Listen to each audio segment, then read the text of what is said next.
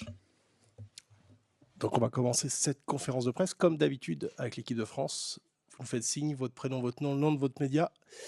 Vous posez votre question à Kylian qui répond. On va commencer ici, s'il vous plaît.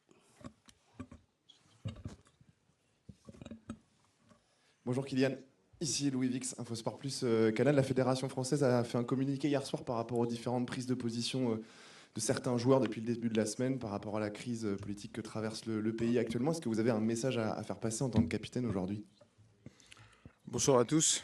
Oui, j'ai eu écho de ce communiqué. Maintenant, je pense qu'on est dans un moment crucial dans l'histoire de notre pays. Il faut savoir faire la part des choses et avoir le sens des priorités. L'euro a une place très importante dans nos carrières, mais je pense on est des citoyens avant tout et je pense qu'on ne doit pas être déconnecté du monde qui nous entoure et encore moins quand ça concerne notre pays. Voilà. On sait qu'on est dans un moment très important de l'histoire de notre pays, une situation inédite. Donc c'est pour ça que j'ai vraiment envie de m'adresser à tout le peuple français et surtout à la jeune génération. Je pense on est une génération qui peut faire la différence. Aujourd'hui, on voit très bien que les extrêmes sont aux portes du pouvoir et on a l'opportunité de choisir le futur de notre pays. Et c'est pour ça que j'appelle à tous les jeunes d'aller voter, de vraiment prendre conscience de l'importance de la situation.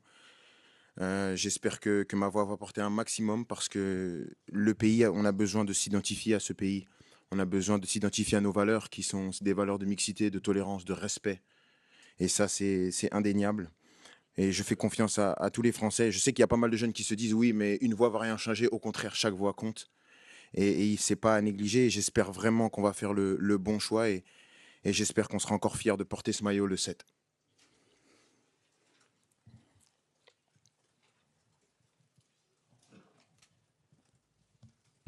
Bonjour Kylian, Fabrice Hawkins, RMC Sport. Toujours sur ces législatives-là, Marcus Thuram est allé très loin en appelant notamment à faire barrage au Rassemblement national. Est-ce que, on a entendu l'appel au vote, est-ce que tu le suis sur cette ligne? Je partage les mêmes valeurs que Marcus. Je parlais de valeurs de mixité, de tolérance, de respect. Bien sûr que je suis avec lui. Pour moi, il n'est pas allé trop loin. Et on a ce qu'on appelle la liberté d'expression. Donc, je pense qu'on est toujours dans un pays où il y a la liberté d'expression. Et il a donné son avis et moi, je me range avec lui. Bonjour Kylian, Philippe Sansfourche pour RTL. On entend ton message qui était assez clair. On va basculer doucement sur le sportif. Est-ce que ce genre de climat, cette atmosphère, le fait qu'on démarre cette conférence de presse avec autre chose que du football à J-1 d'un début d'Euro, est-ce que tu sens, est-ce que tu as la crainte que ça puisse avoir une incidence sur la concentration, sur de certains joueurs peut-être moins expérimentés? Comment est-ce que tu vas gérer ça toi aussi en tant que capitaine pour que le sportif ne soit pas impacté? Non, je pense on vous a souvent reproché des choses, parfois à tort, parfois à raison, à vous les journalistes, aux gens. Mais je pense que vous avez tout simplement le sens des priorités. Je répète encore, le match de demain est très important. Je pense que je suis bien placé pour le dire. Je l'ai clamé beaucoup de fois que c'était très important. Maintenant, il y a une situation qui est beaucoup plus importante que le match de demain. Ça ne change pas au fait qu'on est très concentré et on a très bien conscience de l'importance du match de demain et on l'a préparé du mieux que possible. Et bien sûr, c'est à nous les cadres, c'est à moi en tant que capitaine d'essayer de remobiliser un maximum le groupe, de bien sûr ne pas être déconnecté du monde, mais bien sûr d'avoir aussi cet espace où on est dans une compétition et demain on sera là pour défendre les couleurs de notre pays et essayer de gagner ce premier match pour se lancer dans notre Euro. Donc l'un n'empêche pas l'autre. Bien sûr que c'est une situation qui est différente, mais on est des grands joueurs et on doit s'adapter. C'est pour ça qu'on est payé.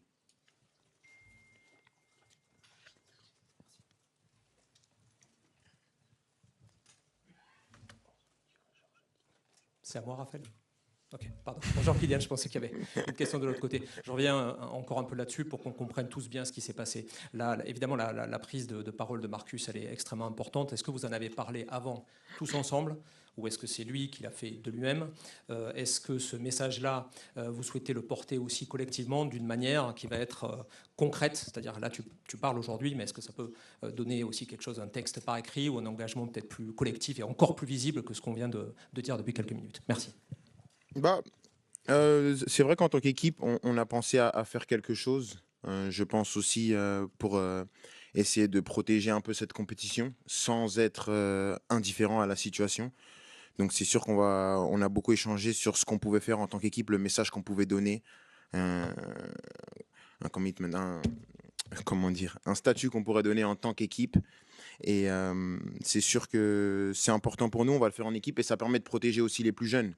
Parce que c'est pas parce qu'il y en a ici qui voudront pas s'exprimer ou c'est peut-être qu'ils peuvent pas, qu'ils sachent pas comment s'exprimer. C'est difficile de venir ici et de s'exprimer devant tous les journalistes, tous les gens, de donner une position peut-être sur un domaine qu'ils maîtrisent pas forcément.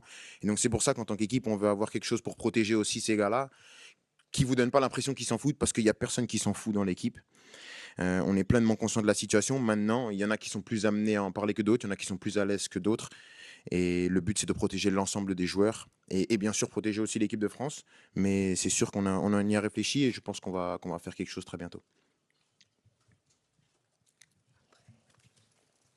Bonjour Kylian, Christophe Abel, TF1. Est-ce que, plus léger, est-ce que vous avez souhaité une bonne fête à votre papa? Et dans le niveau de Kylian Mbappé, vous connaissez votre cœur par cœur. Vous êtes à quel niveau? Parce qu'on sait que vous avez encore raté un entraînement cette semaine et on a envie de savoir justement comment vous vous sentez, comment vous êtes physiquement. Merci beaucoup. Ouais, j'ai envoyé un message à mon père, mais là, il est au match de mon frère à la finale. D'ailleurs, si quelqu'un a le résultat en direct, parce que j'ai regardé la première mi-temps, toujours 2-1. Faut que ça reste comme ça. Donc, j'espère qu'il va me répondre après la conf. Ensuite, physiquement, je pense que le plus important, c'est pas forcément physique. Le plus important, c'est mental. Jusqu'où je suis prêt à aller pour gagner. Je suis prêt à tout pour essayer de gagner. Et ça, c'est le plus important. Je préfère avoir la tête que les jambes. Si tu as les deux, c'est le mieux. Et j'espère avoir les deux. Pour l'instant, ce qui est sûr, c'est que j'ai la tête. Et demain, on verra si j'ai aussi les jambes. Donc, le plus important, c'est d'être connecté et d'être pleinement investi dans la mission qu'on a, qui est de gagner ce premier match. Bonjour Kylian, Sébastien Tarago, la chaîne Équipe. Pardon, je m'éloigne de la fête des papas et de ton état physique. Et je reviens un tout petit peu en arrière pour être tout à fait clair. Est-ce que aujourd'hui la recomposition politique en France fait qu'il y aura moins de choix? Est-ce que Kylian Mbappé, capitaine de l'équipe de France, appelle à ne surtout pas voter pour le Rassemblement national? Merci. Kylian Mbappé est contre les extrêmes, contre les idées qui divisent.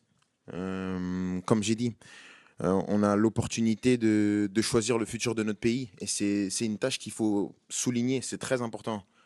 Et je pense que vous en avez pleinement conscience ici, mais peut-être qu'il y a plein de jeunes qui n'en ont pas forcément conscience, pas consciemment, mais inconsciemment, quand on voit le taux d'abstention, que ce soit dans les campagnes, dans les banlieues, partout. C'est pour ça que j'essaye de donner la voix pour vraiment parler à ces gens de ma génération, parce que j'ai été dans cette caractéristique-là, étant plus jeune, de se dire ma voix, elle va pas changer. Si, la voix, elle va changer, et l'importance et l'urgence de la situation fait qu'aujourd'hui, comme j'ai dit, j'ai envie d'être fier de porter ce maillot le 7. J'ai pas envie de représenter un pays qui correspond pas à mes valeurs, qui correspond pas à nos valeurs, parce que je pense et j'espère qu'on est tous dans le même cas. Donc c'est pour ça qu'il faut pas se cacher. On dit souvent qu'il faut pas mélanger politique et foot. Je suis d'accord quand ça concerne des broutilles, mais quand c'est des situations comme celle-ci, c'est très important. Et c'est plus important, comme j'ai dit, que le match de demain. Et c'est une vérité, et j'espère qu'on m'en voudra pas, parce qu'aujourd'hui, le pays il est dans une situation qui est très importante. Non, parce que c'est des idées qui divisent. Et je suis contre la division. Je suis pour des idées qui rassemblent et des valeurs qui sont communes, qui sont sur la mixité, le respect et la tolérance.